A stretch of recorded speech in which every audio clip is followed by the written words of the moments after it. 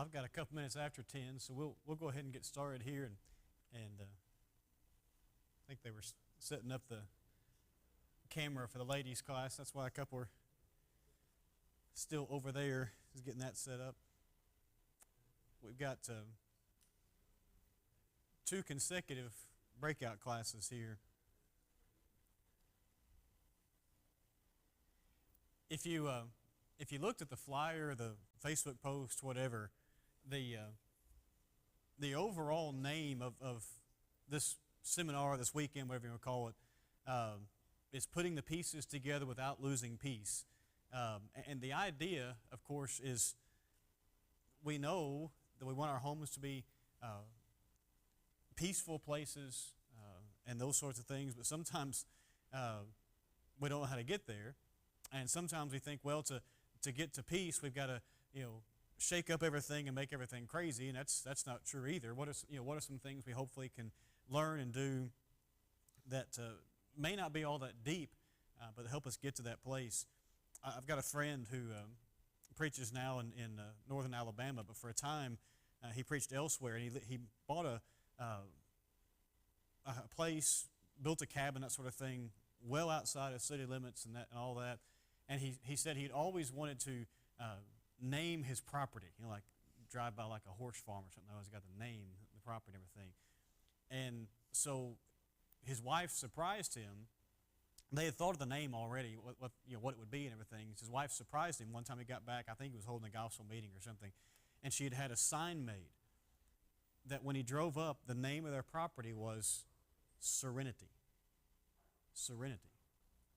I love that, because that's what we want, hopefully, our homes to be. We sometimes talk about our homes, our houses being that refuge, a place where we can get away from struggles at work or difficulty in the world, and this is the place we can come, this is the place we can be, and things will be okay. But we also know, even in the middle of doing that those waters aren't always calm. Even in the home, there are times where the waters are going to be choppy. And we understand that. Sometimes it's just because the world we live in. Sometimes it's because of mistakes we make. And by we, I don't mean just us guys. I mean just people in the family. Decisions are going to be made that, or things are going to be done that disturb the waters and all of that. But one of the ways we help to calm the waters or keep them as calm as possible is simply by remembering what God has told us as far as our roles in the home, our responsibilities in the home, and that sort of thing. And so that's really what this session is about. The ladies, if you noticed on the flyers or whatever, the titles excuse me, of these two lessons, the one we're doing and the one the ladies are doing right now, are very, very similar. There's only one word difference. And here, we're thinking about how providing leads to peace. And the ladies think about how nurturing leads to peace. And we know that each of us does both to some degree, right? I know it's not fun to talk about guys being nurturers. It's, I'd rather have a hunting rifle in my hand or something. I've never been hunting in my life. Okay, I really haven't. But nurturing doesn't sound very manly, right? But we know that there is a sense in which we do, hopefully, nurture our children, nurture our wives, those sorts of things. And we also know that a wife provides many things for the home. So we're using sort of stereotypical terms. I get that. And the Bible talks about how husbands are to love their wives, the nurturing side of that, right? But the Bible also emphasizes for the husband, the father, the idea of headship, the idea of leadership, decision-making, those sorts of things. And that's why we choose the word providing. Because we are not just talking about go to work.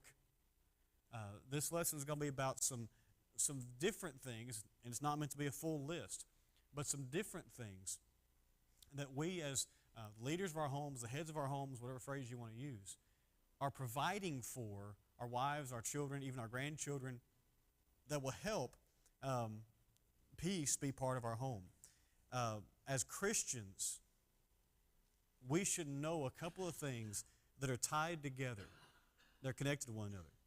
One is that we should not be afraid of the responsibility that God has placed on us as husbands, as fathers. But the other side of that is but we also need to know what it means to actually do it. That's two different things. I could stand up here and quote every verse, well, maybe not all of them, but quote a number of verses about the role of husband, the role of father, examples in the Bible of dads who did it right or husbands who did it right, et cetera, et cetera, et cetera, et cetera, et cetera, and never do any of it. Actually doing it is where the rubber meets the road, and sometimes that means that we have to do things that are difficult. And so what I'm going to do in this session, and I said this last night in the breakout session and messed up my time and didn't give you a chance to talk. I actually put in my notes discussion. Okay, so I've left myself reminders to stop every once in a while. I've simply got a few areas where we as Christian husbands, Christian fathers, are to provide for our families. And again, they're not all about money. We're going to get to that. But some ways that we are to be the ones who are sort of the visionary, the one who sets the tone, if you will, for our homes. There's a sense in which wives do that too. Does anybody know where the word wife actually comes from? The word wife actually comes from the idea of a weaver. Because, let's just be honest, stereotypically speaking, women are more capable than we are of weaving things together, of doing, your wife somehow can be cooking something in the kitchen and helping the kid with their math homework without even looking at it. Most guys can't do that. We need this thing right now, and if I need to change from this to this, I literally have to change from this to this. Wives are able to weave things together, okay? So there's a sense in which they provide in that way because their brain is going 17 different directions. Now, here's the oddity in our home. We are exactly the opposite. My wife is the one who is the one-track mind person. I'm the one who can be talking about one thing while doing another. It's very weird. I'm weird in a lot of ways. That's one of them. But typically speaking, that's the way that is. But when we think of us as leaders of the home, if you kind of have that stereotypical one-track mind, the problem is we can begin to think that if I provide in this way, this one way, then I provided everything. And that's just not true. We've got to provide across the board. Number one, we must provide spiritual leadership. You knew it was going to be on the list because you're in a church building, all right? But there's nowhere to put this on the list than right at the top. If I provide everything for my family except for spiritual leadership, I have utterly failed. I have utterly failed. And it needs to be the husband, the father, who sets the tone. And I didn't come this weekend to blast us because we all struggle with this in different ways. But there are several things that we can do that aren't hard. We talked about some of them already this weekend. They're not that hard, that just simply set the tone for making sure that spirituality, that religion, that God, that Scripture really are the first primary things in our lives. Here are a few to keep in mind. One, we've got to be faithful ourselves. I can't just tell my kids to go to church or tell my kids to read their Bible or tell my kids that God loves them. They need to see that it makes a difference in me. They need to see that I go, that I worship, that when I'm at worship, I'm actually worshiping. I'm not just going, when is he going to be done? Which would be really weird since I'm the preacher. But my kids, some of you will get that at lunch too. Some of you are like, I don't laugh in church. Okay. But they really need to see, not me faking it. It's not, obviously I don't need to fake it. But this matters. That they need to see that we're going to be there, that we're going to worship, that we're going to serve, that we're going to, if I want to tell my kids to read their Bible, guess what they need to see me doing every once in a while? Reading my Bible, right? They at least need to know that book has been cracked open at some point in my life. I'm going to tell them, hey, it's important to read the Bible. Well, it's obviously not to you.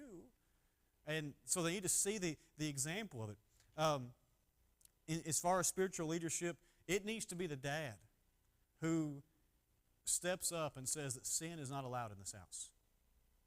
We need to be the ones who set the tone. Now, obviously, there are times where husband's gone at work, maybe on a trip or something, and mom is kind of the one keeping the rules, enforcing the rules. I get all of that. But as far as the tone of the home, There needs to be no question that dad is the one who says, this is not allowed in our home. It's an embarrassing conversation.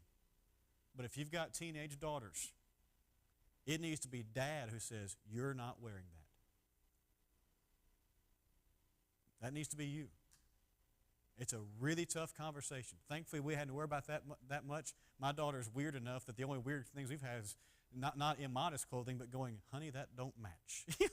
And when dad says that, she's like, okay, it really must not match if dad is noticing it. Okay, but dad needs to be the one. If she's wearing something that's a little short or low cut or whatever, it says, no, not in this house. That's not what happens around here. It needs to be dad, and this is really tough, dads.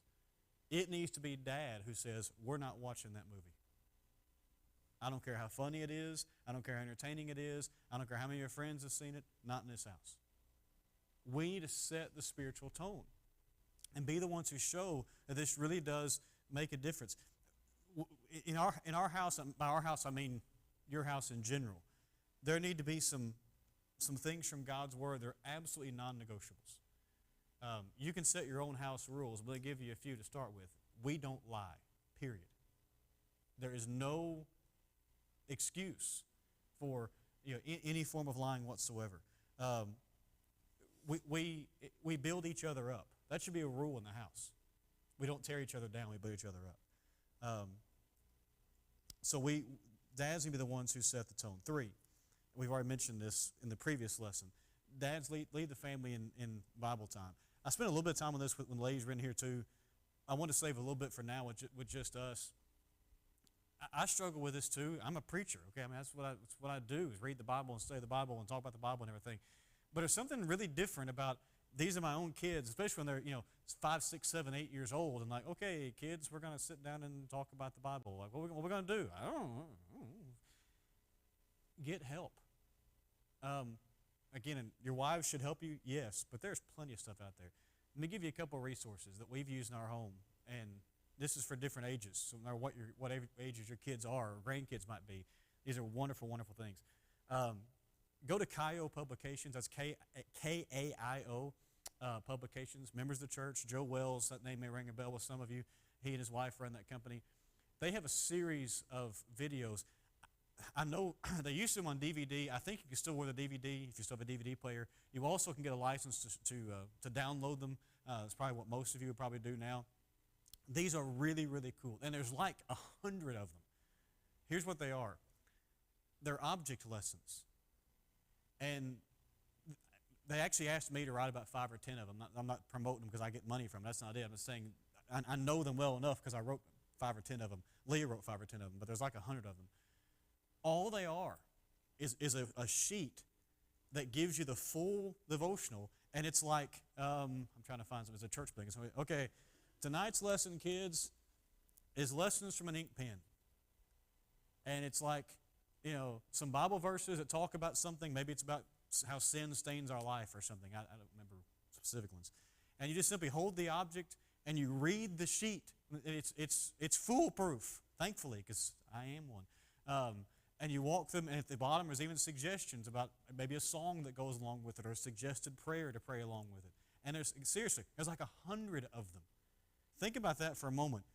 Let's say you do a family devotional one night a week. I just gave you 2 years worth for not much money at all. If your kids are a little bit older, these are really cool. And they're free on YouTube. Appian Media. A-P-P-I-A-N. They're members of the church. Most of them live in Ohio. I actually met a couple of them a couple weeks ago at Polishing the Pulpit. Here's what they do. Our kids loved these, and they still do, but we've watched them all now. They are documentaries about, one series is the life of Christ. One series is the time in the Old Testament from the changeover from the judges to the kings, basically the life of Saul, early life of David. The third one is the 7 churches of Asia and Revelation. Here's what they do. They fly over there and record there, talking about these things, and then talk about how the land has changed and all this. And you think, well, these are cheaply done. Oh no, they've won awards for how well the cinematography is done, how well the editing is done. It is phenomenal. biblically accurate, done by members of the church, great, and they're free. They're on YouTube. You can buy workbooks if you want, but as far as just a family devotional, perfect. So that's just a couple to get you started. But they're all over the place. But you be the one to lead that in providing that spiritual leadership. And then also, obviously, under spiritual leadership, your kids need to hear you pray. Don't be ashamed. I'm not a preacher. I'm not a public speaker. I'm not a Bible class teacher. Let your kids hear you pray. Let them hear you talk to God. You have no idea what a difference that makes in their lives to hear their dad talk to God. Now, I have it in my notes. Discussion. So, as far as spiritual leadership, providing that, are there other things you think of or you've done where you know, hey, this is something that really helped my family, and let them see that Dad was setting the tone in our home, spiritually speaking? No, we're not talking.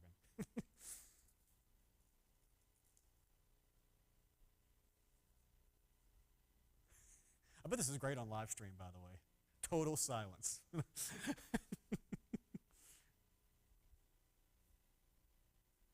You just want to get out early. I know, I got it. Number 2, financial security. Providing financial security. And if you were to ask, take a poll, walk down the street of Russellville and say, hey, when you think of providing for your family, what do you think of? This would be number 1 on pretty much everybody's list. I make the money, or we have plenty of money, or we need to make more money, or whatever it happens to be. That's not a bad thing to some degree, and it is true. The Bible still says, I know pulling out of context a little bit, but if a man will not work, neither should he eat. That principle is true. You read the book of Proverbs, it's found over and over and over, the principle of diligent work, and that needs to fall ultimately with the husband. Now, it doesn't mean a wife can't earn income. I'm not saying that, and it doesn't mean it's, a husband's a terrible thing if he doesn't make a certain amount of money, if he loses his job. That's not it. But the primary responsibility lies with him. There's just, you can't read the Bible and not get that the primary responsibility lies with him. When it comes to providing that peace for our home, financial security comes not because we provide the biggest and the newest and the nicest and the fastest and the shiniest and the coolest and all that kind of stuff. It just simply means that we provide enough to show that God gives, but also enough to show that we're content with what we have. This is not, I have to work 95 hours a week so we can take our 17th vacation to Disney World this year. I'm amazed, by the way, some people go like Disney World like 7 times a year. How in the world do you afford to do this? I mean, it's like, and why would you want to go once a year? But, it's amazing to me. It's like, oh, we had to go back and ride this other ride. Ride it the time you were there before. Don't pay $3,000 to go ride it again. It's absurd. So anyway, that's just a rant. It's absolutely crazy. But when you think about providing financially for your family, because of the culture in which we live, where we have so much and we have access to so much more, and where we see because of, yes, social media, but just because of the fact that we move around, we drive to work, we drive by houses and all this stuff, we begin to get the idea that we have to one-up everybody else, or at least be equal with everybody else, and that's providing. No, it's not. It's providing enough. It's providing enough to know that we're okay. Did you know, and this is a marriage thing, but did you know there is a vast majority, not 50.1% like presidential election or something, but a vast majority of wives will tell you that if their husband made enough to where they could put, are you ready for this one? $1,000 in the bank, they would feel secure. $1,000. As emergency fund in case something bad happens, a water heater breaks or whatever. They'd feel secure. Not, I'd feel secure if he made $500,000 a year. No, but if he would figure out a way we could put $1,000 in the bank, I'd be happy. Now, for some of us, that'd be a stretch. I get that. And for some of us, that might take a little while. But that's a pretty small win overall to have a level of peace and security. It also shows that we're caring for her. Our kids need to see, not that we bought them all the neatest stuff. No, but they've got clothing. They've got food. And the Bible even talks about if we have these things, we will be content. Doesn't mean you can't have nice things, but it means we find our contention, we are content with simply having the things that God has given us, frankly, to survive, just to make it to the next day. When Jesus prayed the model prayer, He didn't say, give us this day bread for tomorrow. Give us this day our daily bread. That's enough. We're going to trust God with those things. Did you know that the average man spends more money than the average woman, and it's not close? It's just not close. And most guys hear them and they go, yeah, but she bought a new dress last week, and then she went and 2 weeks ago, I remember she went and got her hair done. It was like $90 to get her hair done. What in the world? And then she bought this dress, and it was like $115, and you bought a $15,000 bass boat. Guess who spent more money? It wasn't the one who bought 7 things, it was the one who bought the one massive thing. Men spend more money than women, and it's not close. We as guys, providing financially for our families, need to make sure that we cut some of that stuff down, that we're not spending what we're supposed to be providing. I'm not saying don't have a bass boat, okay? But maybe it's not the $30,000, or I don't know what they cost. I have no idea. Maybe it's not the one that actually boats itself, whatever, AI-driven boat, or whatever. But we need to make sure that we provide. Discussion. I'm sure it'll go as well as last time. When you think of providing financially for your family, what do you think of? Other than these simple things we've mentioned.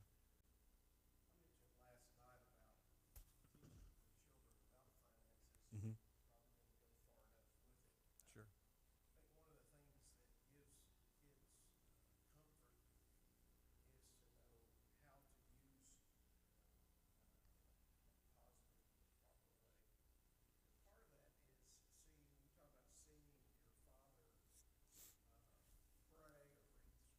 Mm-hmm.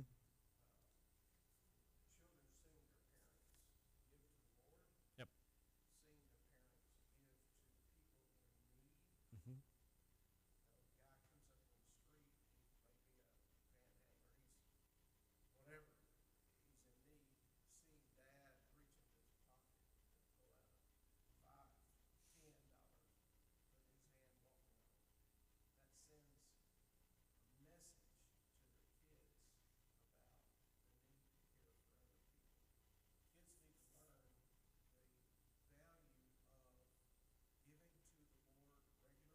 Mm-hmm.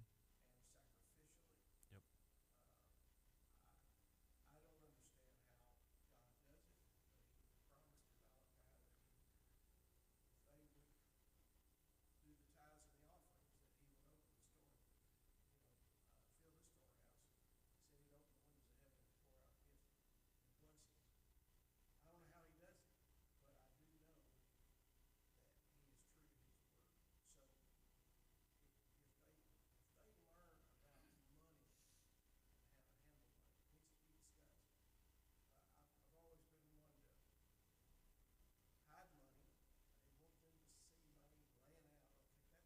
Mm-hmm.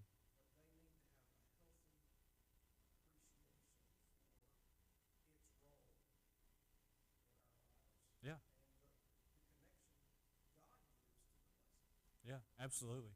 And one of the things you were talking about, seeing how we handle money. One of the things, especially as kids get a little bit older, and maybe they get their first little job mowing yards or helping somebody clean a store or whatever, and they're not making much, but it's enough to have decisions to make with what am I going to do with these few dollars. They need to realize it's finite. We need to live as if it's finite. If we're making $60,000 a year and living on 95, we have no right to tell them that they can't just spend everything they make, because we're doing the same thing. But they also need to see that we talk about money, but we don't talk about money all the time. It's not everything. They need honest discussions. Look, we would like to take this vacation next year, but guys, if we do this short trip, we can't afford that one. Okay. That's a straightforward conversation. But it doesn't need to be everything we talk about for the next 9 months, right? We can become so obsessive with money that we make them obsessed with money. But there just needs to be honest things there. And there are times where part of those discussions are no. In other words, we can't afford this. We can't do that. We can't do this and honor God. We'd like to give more to the church. Kids, we're not eating out as much this next week. We haven't been giving enough to the Lord. Boy, that's, woo. I mean, that's a tough conversation to have, but it's not a bad one.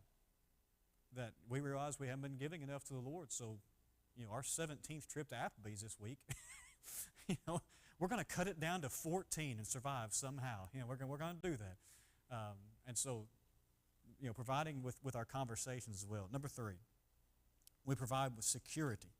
And by that I don't just mean, making sure we got guns and security systems and that kind of stuff. There is a sense in which we provide physical security. As you can see, physical specimen, people are just scared of me. You can feel free to laugh at that because I know. But my kids need to know that if they are physically in trouble, that Dad will do whatever he can. I may not be strong. I may not be, physically imposing. I may not even know how to operate a gun, whatever it is. But they need to know, and they know from my words and my actions, that they are safe. That whatever Dad can do, even if, and I'm not saying it's to be funny, even if all Dad can do is call the police, okay, they're going to be safe. Dad's going to do everything he can do. But when we think of security, often that's all we think of, is just being physically safe. But there's so many other things that could fall into the idea of security. We've already talked about one, and that is our children need to know that they're secure from sinful influences as much as possible, as much as I can provide that. That the devil is not coming in our front door. Now, is it possible to keep him completely out? No. We know that. Through technology, through a guest who let into our house to do something and they do something we never expected to happen. It's obviously we can't perfectly do that, but our kids need to know that it is Dad who, as much as possible, tells the devil, that's the same door that lets you in, lets you out. Right? You're not welcome here. It needs to be Dad who, maybe your kid has a friend at school who they don't need to be friends with, wants to have him over, and Dad's go, no, he's not coming into this house because I know how he acts. I know he's going to want to do. No. They know that they are secure as much as possible from sinful influences. And again, as our kids have gotten older, dealing with technology, social media, and things, that's the nightmare. My parents tell me all the time, we couldn't have raised you all in this area. I'm like, thanks, appreciate the help. Yeah, it's great. But our children, again, 17 and 16, they do have cell phones, which I know that's controversial. They haven't had them for very long. But we have monitoring apps. We can tell you basically everything they do on those things. And you say, well, they have workarounds. We know what the workarounds are. We've done enough research to do that. Our son, who is our extrovert, our charmer, to use our word from last night, has to be around people, and he's homeschooled, so that's it's rough on him. We allow him to have Instagram with one account. We know it. Everybody he follows, we have to follow. That's it. Our daughter, thankfully, does not want social media. I love my daughter so much. one less thing to worry about. But we provide security by monitoring that stuff. That look, the devil's not going to get to you through that either, as much as Daddy and Mommy can stand for it. And Daddy's going to be the one who says, sorry, the phone's ours. We've told our kids that. That's my phone. No, it's not. No, it's not. What I tell my kids all the time is when you make a mortgage payment, we'll talk. And they're like, oh. They don't know what the mortgage payment is. I haven't told them. But it's more than they know. they can even fathom as far as what's in their bank accounts and stuff. But even them knows how I said that. We'll talk. Not things will change. We'll talk about this being yours or whatever. Security is also provided to children by our kids knowing that Mommy and Daddy are going to stay together no matter what. And I know it's a loaded statement because all kinds of stuff could happen. But as much as we can talk about, especially when things are difficult, when things are not peaceful, not necessarily just between the husband and the wife. Maybe it could be something at work that's just got you completely stressed out. Or maybe you've got a parent who's aging and you're having to deal with that, and so maybe you've got to be gone more because you're running back and forth to the hospital or doctor's visits all the time, or maybe the nursing home, and you feel like you go every day and check on them, and you are just stressed, and I mean, you're at wit's end, et cetera, et cetera. Constant conversations with the kids about, look, mommy and daddy are fine. Things are difficult, yes. We're stressed, yes, but we are right here. We are going to be okay. I won't go into the details because it doesn't matter to you that much, and because it's being live streamed, but we went through a stretch of time a number of years ago, and the kids knew things were not good.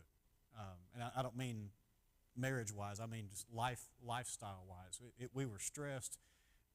I'll go this far. It was so stressful that physically I was different. It was affecting me literally every day physically. I won't go any farther than that. It was horrible. Stress-wise, the kids knew it was bad. It was bad on them. We constantly told our kids, are we stressed? Yes. Is this bad? Yes. Are mommy and daddy going anywhere? No. This will not change the fact that we are a couple and we are a family. And our kids since have told us they appreciate us saying that because they were stressed too. They knew it was bad. Kids are not as dumb as we want them to be sometimes, but they need to know that security. One more thing I'll mention, then the discussion part is coming. Just giving you the warning. As far as security goes, our kids, yes, physically need to know that they're secure, but tied to that, also sexually, they know that they are secure. In other words, that we are not going to say or do anything, and notice I didn't just say do something, but say something that causes them to feel unsafe around us, especially as they begin to age and learn more about sexuality and sex and that sort of thing. We're not going to make fun of our daughter's body, for example, or say anything sexual about our daughter's body. We're not going to make fun of our son's looks, cause him to think, I'm trying to do fine. I guess I'm ugly, and so nobody thinks I'm handsome or whatever. We're not going to do that.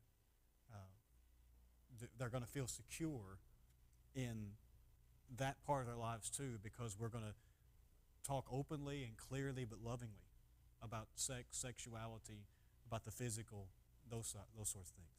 When you think about security, what comes to mind other than those things?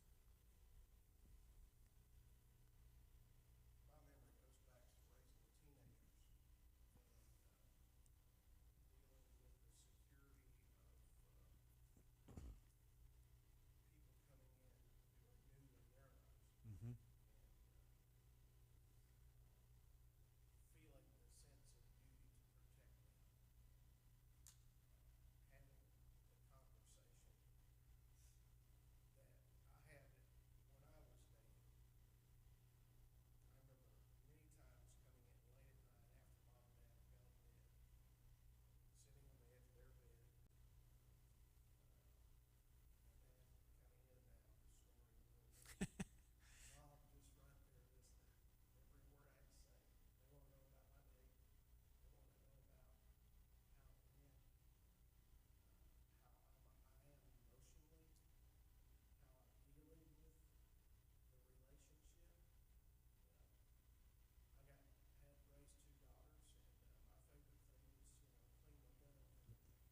Yep, yep. I had an uncle who was a state policeman in Illinois who actually did that. When a boy would come to pick up his daughter for a date, he'd be sitting there cleaning his gun, wearing his police uniform. He was 6'4" and played college basketball. Those girls were safe.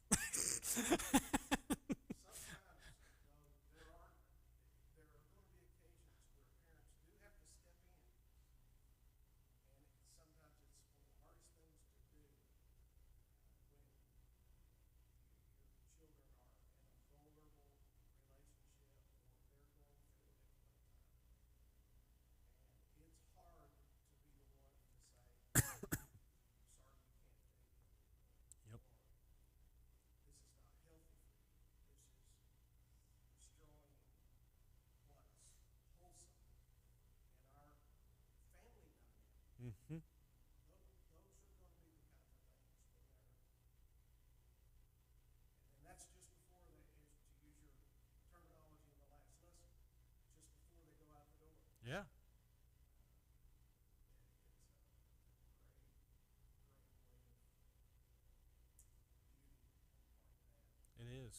It really is.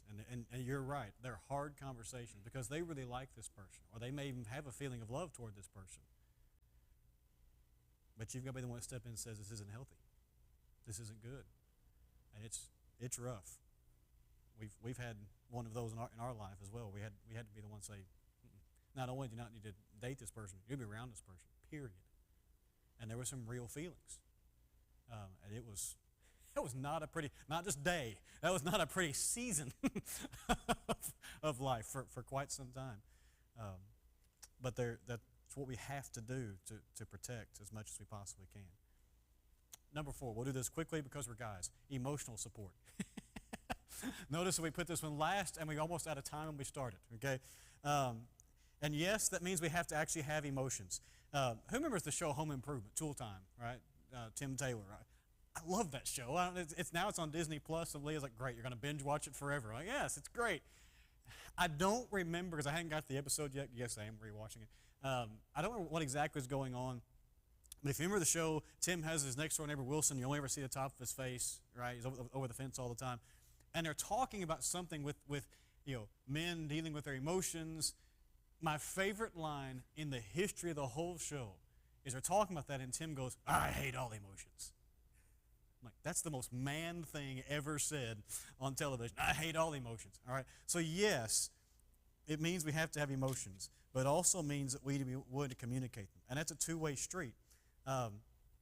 It means I have to be willing to share, yes, with my wife, and sometimes carefully with my children, how I'm feeling.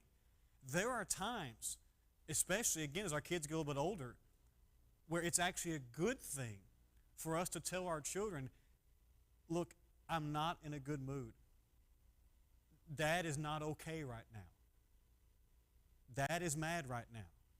It's okay for our kids to hear that Dad is not happy 100% of the time. But as they get older, we begin to explain, look, you don't know what it's like to deal with stress at work. And I don't want to talk badly about this particular person or that, but something difficult's happened. They hired somebody new. We're not getting along. It's really affecting me. I'm going to do my best not to bring it home. But if I'm a little upset for the next day or two, that's what I'm dealing with. Okay. That's a good life lesson. But it also means I need to be willing to listen to their emotions. Raising a girl has been, raising a boy is not easy, but I've never been a girl. I don't know what that's like. But trying to even remotely think through why this connects with this and why this possibly could cause this emotion, I will never understand as long as I live, I guess. But just being willing to listen to, here's why I'm emotional about this, makes all the difference. That Dad will listen. He may not understand. In fact, he probably won't understand. But he's willing to listen about those things. But emotional support is also tied to that, is when we allow our families to let us be their outlet. If you let me use kind of a loaded term, Dad can become a safe space. It is okay for a wife to just unload on her husband, not at him necessarily, but something terrible happens with the kids or at work, or the neighbor looked at him wrong or whatever it is, and she just lets it out. Okay. It won't go any farther than me. You can talk to me. And the kids need to feel the same way, that they can just let it out. But when there's something maybe we can't handle, am I willing to pay for counseling? Or to call a preacher or an elder and say, hey, we are really struggling. Can we have a couple hours of your time? That's emotional support, because it's admitting, look, I don't know the solution, but we're going to find it. We're going to do everything we can to find it. Do we validate the feelings of our wife, even if we don't understand them, which we probably won't? But it's okay to feel that way. If it is, by the way, there's times, and this is a really hard conversation, where you got to look at them and say, you're not right. That's really hard. That when they're reacting to something in an unchristian way, the husband is the one that says, look, it's okay to feel this way, but not act this way. And that you say it backing up, by the way. In fact, it's better if you close the door as you're saying it. But making sure that we validate those things in their feelings. emotional support is probably the hardest for most of us to deal with because most guys are told, don't be emotional, don't deal with that. But whether you want to express emotions or not, you provide emotional support by being the place where they can be expressed and safely expressed. And where you may not agree or understand or anything else, but they can come to you with happiness, with tears, with frustrations, whatever it is. Now, I know that we haven't looked at a ton of Bible verses. We've looked at a lot of principles. But I hope you see in these thoughts that when we think about providing for our family, it's not just I earn the money. That's part of it. But it's a whole lot deeper than that. And this is a little bit different situation, but I hope you'll see the connection we make at the end. I heard somebody one time giving a lesson at a seminar about congregations looking for elders. How do you find elders for the future? That sort of thing. And this person said, well, one of the things you do is you don't wait until, oh my goodness, all of our elders just died. Now we really need to actually think about it, plan for the future and that sort of thing. And they said, what you basically do is you look out among yourself and you say, hey, this guy's a pretty good Bible teacher. This guy's a wonderful deacon. Hey, one of these days you just keep talking to him, about this in the future. We just kind of got our eye on you. We're thinking about you, praying about it and everything. And maybe over the course of time, you let him sit in on a couple of elders' meetings, not to make decisions, but just, hey, how do these guys interact with you? What kind of stuff do elders actually deal with? Wow, they're not just talking about the air conditioning. They're talking about souls and, divorce and all. This is rough, some of these things. But they get used to that. And here's what this man said. He said, you do that, and then a Sunday morning comes, and that man is put into the eldership. He said, here's what you're going to see, either literally or figuratively, is when his name is called. Adam Vaughn is now an elder at the Central Church of Christ. What you're going to see, literally or figuratively, is his shoulders droop just a little bit, because he already understands the responsibility of what he's agreed to do. That's what this lesson is about. Not being an elder, but leading a home, providing for the home. It is not just, I got a good job, I have a good paycheck, I got a couple benefits, we're good. It is way deeper than that. And it should cause us, literally or figuratively, kind of droop our shoulders a little bit, because we realize the level of responsibility that we took on when we said, I do. And then the level of responsibility that was created with that, or added to that, when we had children. That it is up to me primarily to provide all of these things and to make sure they are provided for in our homes. Anybody got anything you'd like to add? We're right on time as far as done. If you want to talk and share emotions, that's fine. If not, we'll break until 11. Anybody got any comments? All right, we've got about 13, 14 minutes. We'll come back in here at 11 and do the next breakout lesson. Thank you all.